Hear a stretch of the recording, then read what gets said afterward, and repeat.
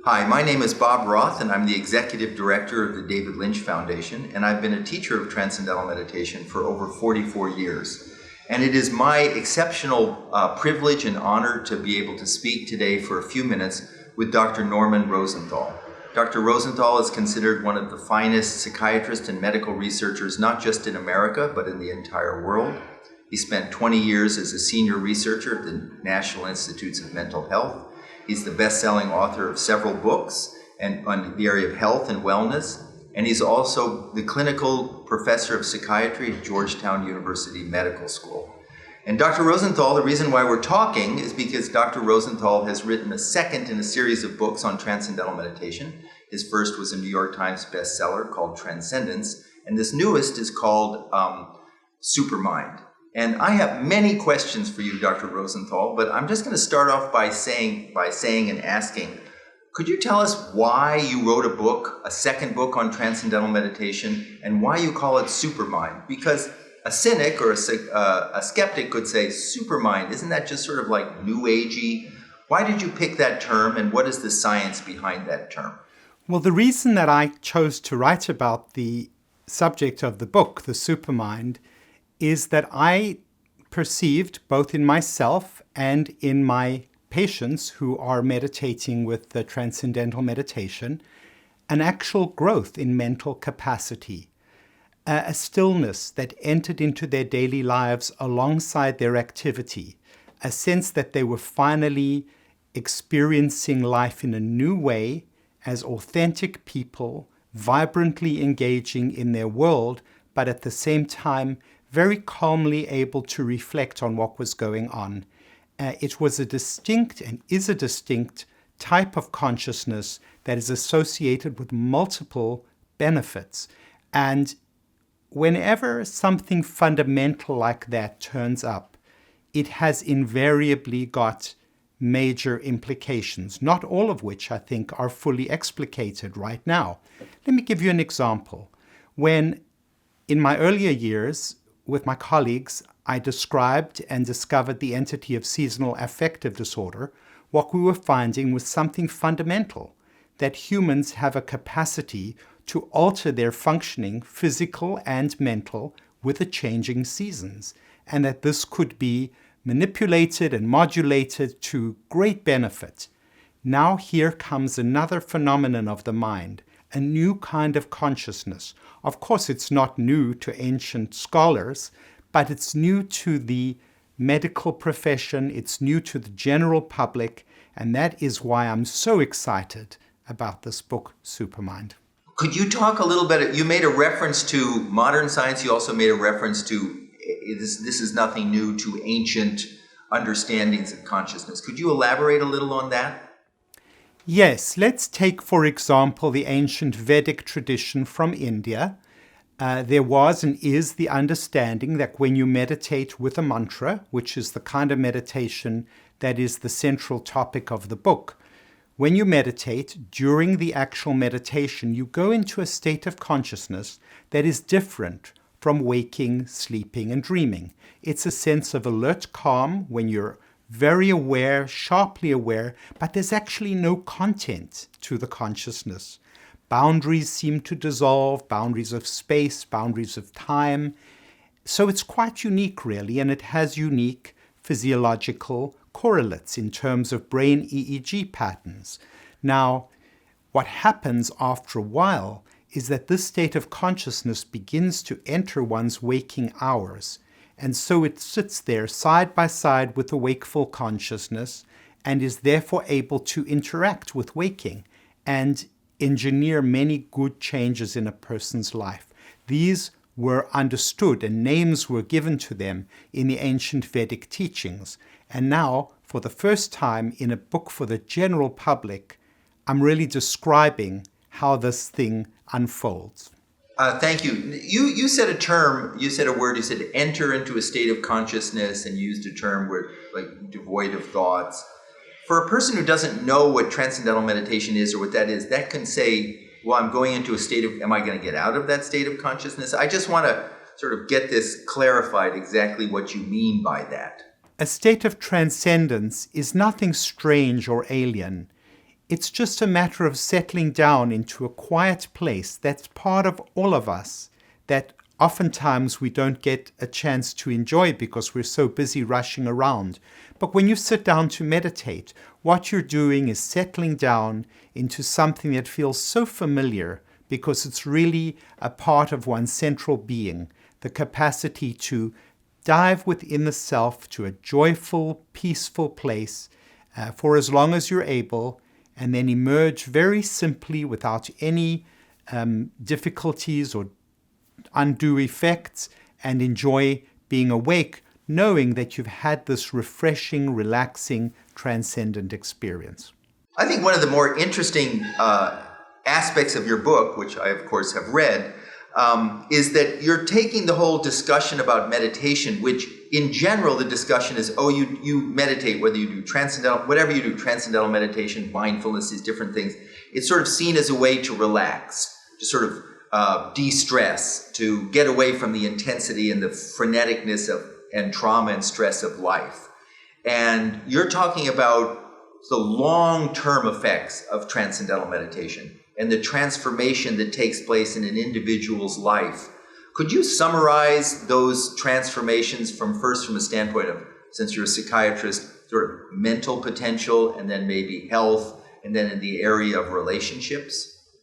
What I had previously written about, which had impressed me so much and still does, is the capacity of TM to reduce stress with tremendous benefits to one's health. For example, one's cardiovascular well-being, one's longevity, all manner of physical benefits, and all manner of benefits to people in really stressed situations. What the new book focuses on is something that I only realized after I had been meditating for a while, and that is that there is a capacity of TM to awaken consciousness in all of us, and in so doing, to develop us in a variety of very beneficial ways. Let me give you some examples. Relationships improve. People are more able to listen. That's important to me as a psychiatrist because I need to listen to my clients, but we all should be able to listen, which is hard to do if our thoughts are cluttering our mind.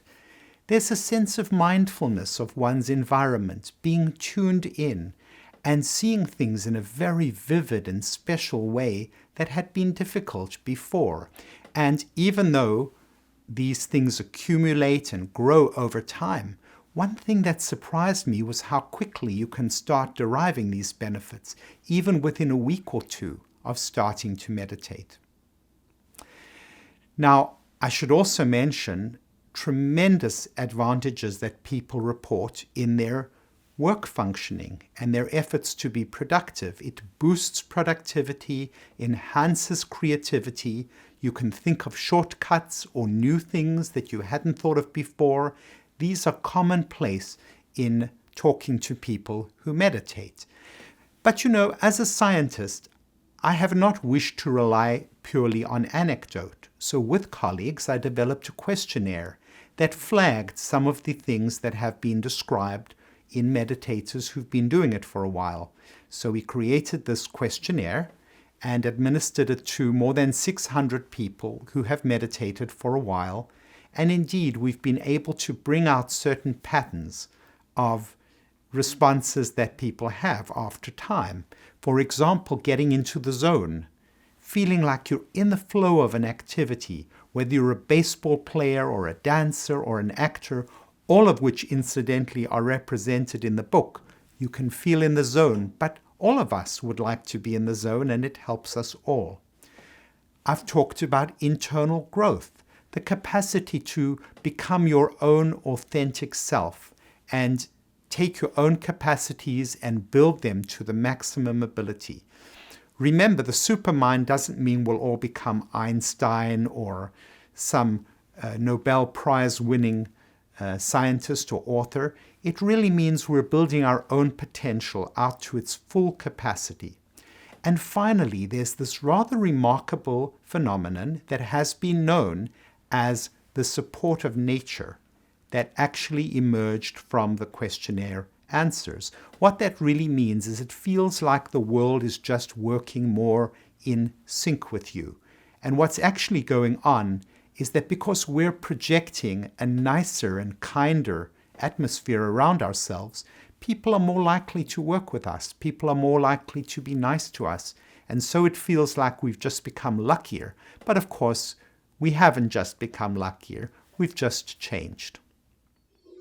Thank you. When you say nicer and kinder, what about the man or the woman who's in business? They're running a company or they're working in a company and it takes a great deal of energy and focus and it's a very competitive environment. Is the supermind going to make them passive? Is the supermind going to make them, well, I like being, nicer and kinder and having a nicer atmosphere around me, but I got a job I have to do and it's a pretty tough world. Would you comment on that? I have spoken to so many people in business, people who are functioning at the highest level, and invariably they talk about the benefits they've had as their mind capacities have expanded. By no means have they become patsies and pushovers, not at all. But I think what happens is when one gets stressed, it's easy to become aggressive and to be hitting out when it's not necessary to do so. In becoming the supermind, or in developing the supermind, one becomes much better able to discriminate. Not all aggression is necessary, and not all assertion is aggression. So I have had many instances of people who have been emphatic, been clear when they have needed to be, but been more placating, more conciliatory when they don't need to be. And so when you do put your foot down, when you do assert yourself, it's heard much better. The signal to noise ratio improves.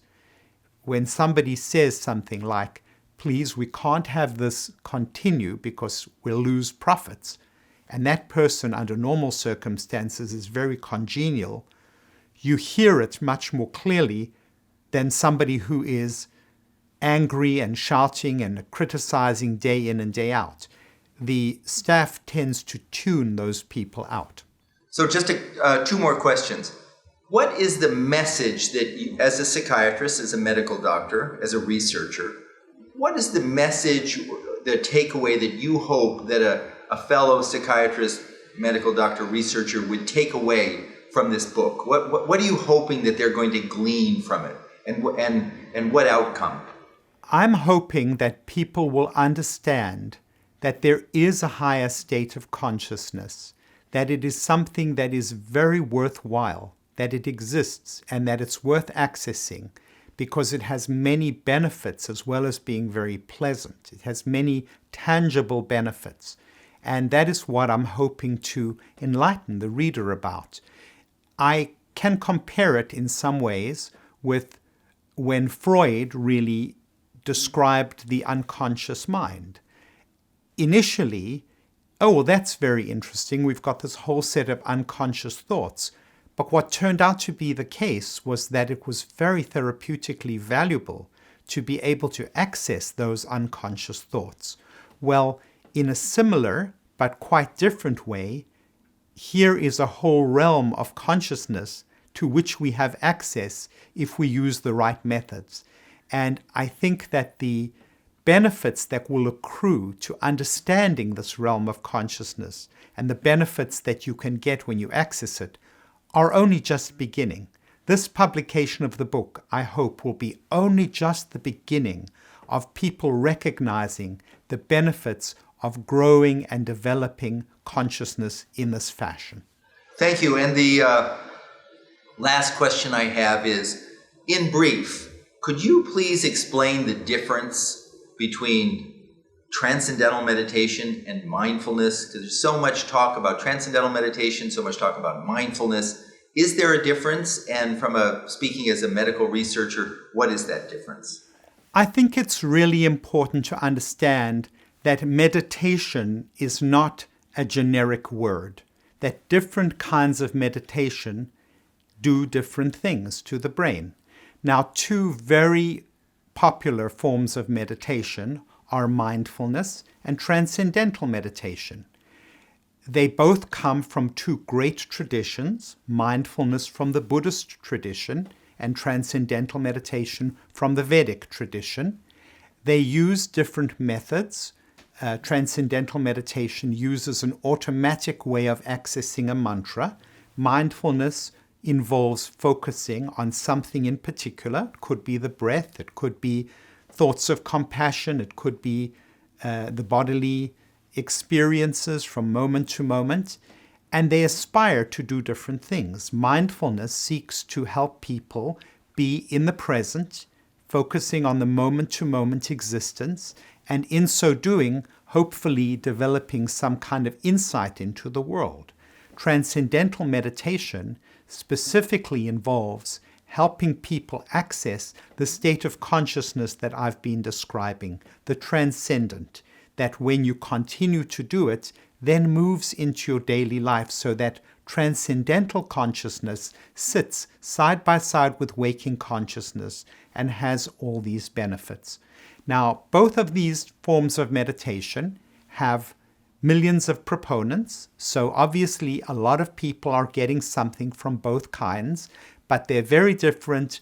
Their brain effects are very different, and I won't go into those details here. And this particular book, Supermind, insofar as it's talking about the expansion and growth of consciousness, really is more relevant to transcendental meditation than to mindfulness. Thank you very much, Dr. Rosenthal, for taking the time to answer these few questions. I encourage viewers to get a copy of your book and find out more about transcendental meditation and how a simple technique can not only help us deal with the stresses of the day, but as you say, develop that latent inner potential that we all have towards what you call a supermind. So thank you very much.